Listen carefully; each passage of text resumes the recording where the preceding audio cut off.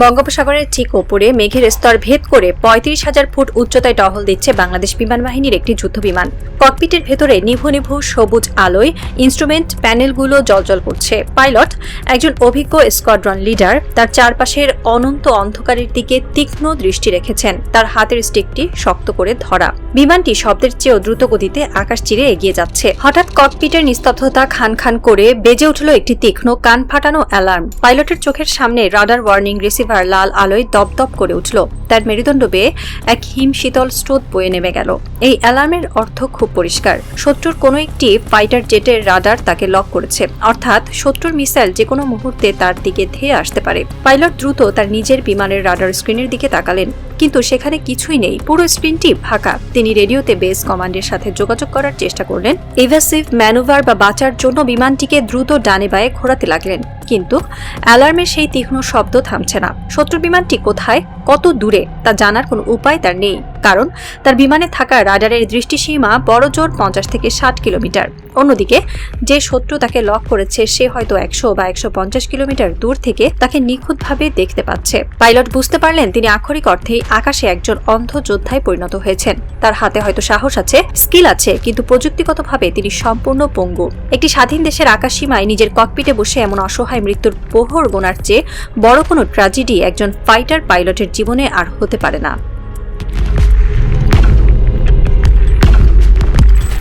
আধুনিক যুগের আকাশযুদ্ধ বা ডগ ফাইট কোনো হলিউড সিনেমার সেই ক্লাসিক দৃশ্যের মতো নয়, যেখানে দুটি বিমান একে অপরের কাছাকাছি এসে চোখের দেখায় মেশিন গান দিয়ে লড়াই করে। আজকের দিনের আকাশযুদ্ধ এক ভয়ঙ্কর, শীতল এবং নিপুণ গাণিতিক সমীকরণ। এই সমীকরণের সবচেয়ে বড় এবং চূড়ান্ত নীতি হল ফার্স্ট লুক ফার্স্ট শুট, অর্থাৎ যে পাইলট আগে তার শত্রুকে দেখতে পাবেন তিনি আগে মিসাইল ফায়ার করবেন এবং তিনি বিজয়ী হয়ে নিরাপদে নিজের ঘাঁটিতে ফিরে যাবেন। আর যিনি পরে দেখবেন তার পরিণতি হবে মাঝ আকাশে আগুনের কুণ্ডলী হয়ে ভূপাতিত হওয়া। কিন্তু এই দেখার কাজটি এখন আর মানুষের চোখ দিয়ে হয় না, এটি হয় যুদ্ধবিমানের নাকের ডগায় বসানো রাডার দিয়ে। আমাদের বিমান বাহিনীর বহরে বর্তমানে যে যুদ্ধবিমানগুলো আকাশসীমা পাহারার দায়িত্বে রয়েছে সেগুলোর প্রযুক্তি ৯০-এর দশকের শেষের দিককার বা তার কাছাকাছি। এই বিমানগুলোতে যে মেকানিক্যাল স্ক্যানিং রাডার ব্যবহার করা হয় তার দৃষ্টিসীমা বা ডিটেকশন রেঞ্জ অত্যন্ত সীমিত।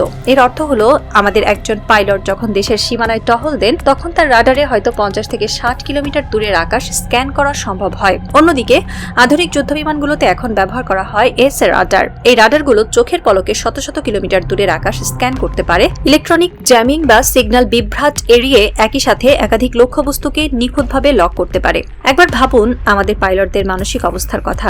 আমাদের তরুণ পাইলটরা যখন দেশের আকাশসীমা রক্ষার শপথ নিয়ে ককপিটে বসেন তখন তাদের দেশপ্রেমে কোনো ঘাটতি থাকে না, তাদের সাহসে কোনো খাত থাকে না। কিন্তু তারা যখন আকাশে ওড়েন তখন তাদের রাডার হয়তো ৫০ কিলোমিটারের বেশি কিছু দেখতে পায় না, অথচ শত্রু পাইলট বা তার অত্যাধুনিক এসএ রাডার দিয়ে ১৫০ কিলোমিটার দূর থেকেই আমাদের বিমানটিকে দেখতে পান এবং লক করে ফেলেন।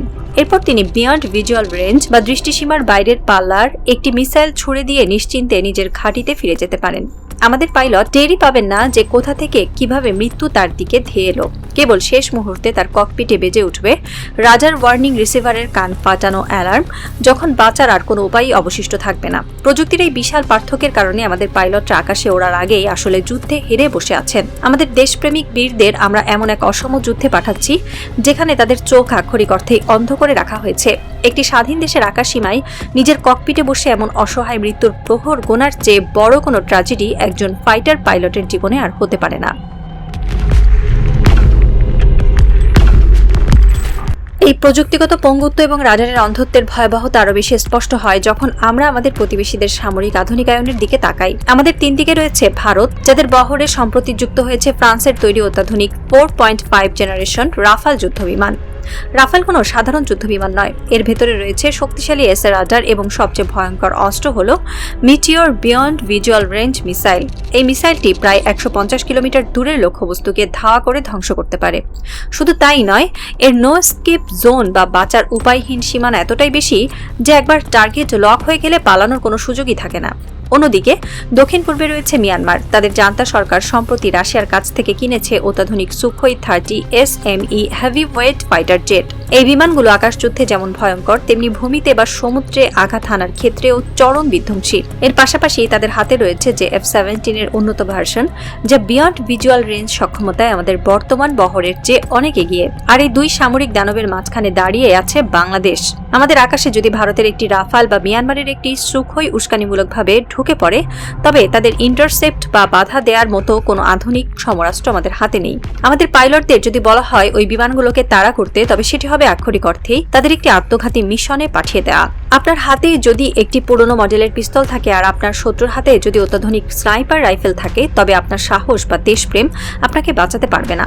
ভারত এবং মিয়ানমার খুব ভালো করেই জানে যে আকাশপথে বাংলাদেশের কোনো ডেটারেন্স বা প্রতিরোধ ক্ষমতা নেই। আর ঠিক এই কারণেই তারা বারবার আমাদের আকাশসীমার খুব কাছ দিয়ে উড়ে যায়, মহড়া দেয় আর আমাদের সামরিক বাহিনীর সক্ষমতাকে তাচ্ছিল্য করে। এটি কেবল একটি প্রযুক্তিগত পিছিয়ে পড়া নয়, এটি হলো আমাদের স্বাধীন মানচিত্র এবং 16 কোটি মানুষের সার্বভৌমত্বের প্রতি চরম অপমান। যে জাতি 1971 সালের খালি হাতে শত্রুর ট্যাঙ্ক রুখে দিয়েছিল, সেই জাতির আকাশ আজ প্রযুক্তির অভাবে অরক্ষিত হয়ে পড়ে আছে। এই চরম প্রযুক্তিগত বৈষম্য এবং অসহায়তা থেকে বাঁচার একমাত্র উপায় কি?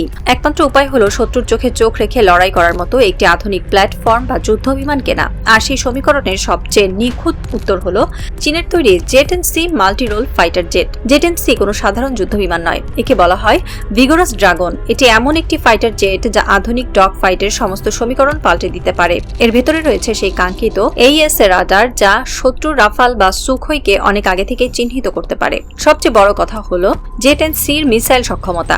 এই বিমানে যুক্ত করা যায় চীনের তৈরি PL-15 beyond visual range missile. সামরিক বিশেষজ্ঞদের মতে PL-15 মিসাইলের রেঞ্জ প্রায় 200 কিলোমিটারেরও বেশি, যা ভারতের রাফাল মিটিওর মিসাইলের চেয়েও অনেক ক্ষেত্রে ভয়ঙ্কর। প্রস্তাবনায় বর্ণিত আমাদের সেই পাইলট যদি আজ জেট-এন্ড-সির ককপিটে বসে থাকতেন, তবে দৃশ্যপটটি সম্পূর্ণ ভিন্ন হতো। শত্রুর রাডার তাকে লক করার অনেক আগেই তার নিজের জেট-এন্ড-সির AES রাডার শত্রুকে চিনে ফেলত। ফার্স্ট লুক ফার্স্ট শুট নীতি অনুযায়ী আমাদের পাইলটই হয়তো প্রথম মিসাইলটি ফায়ার করতেন।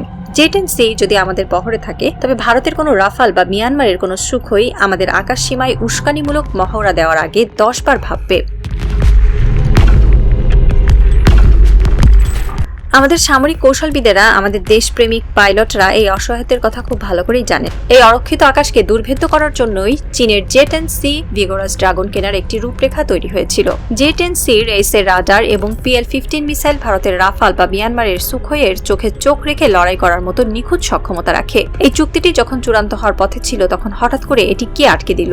এই প্রশ্নের উত্তর খুঁজতে গেলে আমাদের প্রবেশ করতে হবে প্রতিরক্ষা বাণিজ্যের সেই অন্ধকার মাফিয়া সিন্ডিকেটের অন্দরমহলে, যারা যুগের পর যুগ ধরে এই দেশের সামরিক আধুনিকায়নকে পঙ্গু করে রেখেছে। প্রতিরক্ষা চুক্তিতে হাজার হাজার কোটি টাকার লেনদেন হয়, আর এই লেনদেনের মাঝখানে থাকে একটি ভয়ঙ্কর কমিশনভোগী চক্র। এই চক্রে যেমন কিছু দুর্নীতিবাজ আমলা ও রাজনীতিক আছেন, তেমনি আছেন বিদেশি পরাশক্তির বেতনভুক্ত দেশীয় এজেন্টরা। এই এজেন্টরা মূলত স্লিপার সেল হিসেবে কাজ করে রাষ্ট্রের গুরুত্বপূর্ণ পদগুলোতে। পাশের দেশের গোয়েন্দা সংস্থাগুলো কখনোই চাইবে না বাংলাদেশ সামরিকভাবে শক্তিশালী হোক। তারা জানে জেট-এন্ড-সি একবার বাংলাদেশের আকাশে উড়লে তাদের দাদাগিরি চিরতরে বন্ধ হয়ে যাবে। তাই তারা তাদের দেশীয় এজেন্টদের মাধ্যমে সুকৌশলে একটি বয়ান বা ন্যারেটিভ তৈরি করে। তারা সরকারের শীর্ষ মহলকে বোঝায় যে চীনের কাছ থেকে এই অত্যাধুনিক যুদ্ধবিমান কিনলে পশ্চিমা বিশ্ব বা ভারত ক্ষুব্ধ হবে, ভূরাজনৈতিক ব্যালেন্স নষ্ট হবে। এই ভারসাম্য আর কূটনৈতিক চাপের জুজু দেখিয়ে তারা মূলত বাংলাদেশের হাত পা বেঁধে রাখে। আসল সত্যটি হলো, এই দেশীয় এজেন্টরা দেশের স্বাধীনতা বা ভূরাজনৈতিক ব্যালেন্সের কোনো পরোয়া করে না। তারা পরোয়া করে তাদের অফশোর অ্যাকাউন্টে আসা কমিশনের। তারা সচিবালয়ের কোনো এক ধুলো পড়া ডেস্কে আমলাতান্ত্রিক জটিলতার নামে বাজেট নেই বা রিভিউ চলছে এমন হাজারো অজুহাতে মাসের পর মাস ফেলে রাখে ফাইটার জেট কেনার চুক্তিগুলো। যারা এই ফাইলগুলো আটকে রাখছেন, তারা হয়তো শীততাপ নিয়ন্ত্রিত কক্ষে বসে নিরাপদ বোধ করছেন। তারা ভাবছেন কেউ তাদের ধরবে না, কিন্তু তারা ভুলে যাচ্ছেন তাদের এই কালক্ষেপণ, তাদের এই রাজনৈতিক এবং প্রশাসনিক পঙ্গুত্ব আমাদের দেশের পাইলটদের আকাশে কি ভয়ঙ্কর মৃত্যুর ঝুঁকির মুখে ফেলে দিচ্ছে। এটি কোনো সাধারণ দুর্নীতি নয়। রাজনৈতিক দলাদলি বা ভূ রাজনৈতিক ভারসাম্য রক্ষার নামে দেশের আকাশসীমাকে বিক্রি করে দেওয়া হলো রাষ্ট্রের বিরুদ্ধে চরম বিশ্বাসঘাতকতা। যাদের অবহেলা এবং দেশদ্রোহিতায় আমাদের আকাশ আজ অরক্ষিত, তারা আসলে ওই শত্রুদের চেয়েও ভয়ঙ্কর। কারণ শত্রুরা সীমানার বাইরে থাকে, কিন্তু এই মাফিয়ারা দেশের ভেতরে থেকে এই মাতৃভূমির বক্ষ বিদীর্ণ করছে। 5ই আগস্টের ছাত্র জনতা বুকের রক্ত দিয়ে হয়তো দেশের ভেতরের স্বৈরাচারকে হটিয়েছে, কিন্তু এই অদৃশ্য মাফিয়াদের হাত থেকে দেশের আকাশকে মুক্ত করতে না পারলে আমাদের এই স্বাধীনতা চিরকালই ওই ফাইলবন্দি ড্রয়ারেই আটকা পড়ে থাকবে। বঙ্গোপসাগরের মেঘে ঢাকা সেই অন্ধকার আকাশ। ককপিটের ভেতরে থাকা পাইলট এখন আপ্রাণ চেষ্টা করে যাচ্ছেন শত্রুর রাডার লক করার জন্য, কিন্তু রাডার ওয়ার্নিং রিসিভারের সেই তীক্ষ্ণ একটানা অ্যালার্ম থামছে না। হঠাৎ অ্যালার্মের সুরটা পাল্টে গেল। আগে যা ছিল বিরতিহীন পিপ পিপ, তা এখন একটানা কানের পর্দা ফাটিয়ে দেওয়া হাই পিচ বা তীক্ষ্ণ শব্দে পরিণত হলো। পাইলটের শ্বাস আটকে এলো। তিনি খুব ভালো করেই জানেন এই শব্দ পরিবর্তনের অর্থ কি। শত্রুর ফাইটার জেট থেকে beyond visual range missile launch বা ফায়ার করা হয়ে গেছে। একটি মৃত্যুবান ম্যাক 4 বা শব্দের 4 গুণ গতিতে তার দিকে ধেয়ে আসছে। তার রাডার স্ক্রিন এখনো শূন্য। তিনি এখনো দেখতে পাচ্ছেন না মৃত্যু ঠিক কোন দিক থেকে আসছে। তার হাতে আর মাত্র কয়েক সেকেন্ড বাকি। তিনি সিট ইজেকশন বা জরুরি নির্গমনের হাতলটি শক্ত করে ধরলেন। তার চোখের সামনে ভেসে উঠল দেশের মানচিত্র, তার পরিবারের মুখ আর নিচে পড়ে থাকা সেই অরক্ষিত ভূখণ্ডটি। ককপিটের ভেতরের ওই একটানা অ্যালার্মের শব্দটি কেবল একটি বিমানের বিপদ সংকেত নয়, এটি হলো একটি পুরো জাতির পঙ্গুত্বের সতর্কবার্তা। যে জাতি নিজে প্রতিরক্ষার ফাইলগুলো আমলাতান্ত্রিক ড্রয়ারে বন্দি করে রাখে, যে জাতি নিজেদের পাইলটদের অন্ধ করে আকাশে পাঠায়, সেই জাতির স্বাধীনতা ওই ধেয়ে আসা মিসাইলের মতোই যে কোনো মুহূর্তে ছিন্ন ভিন্ন হয়ে যেতে পারে।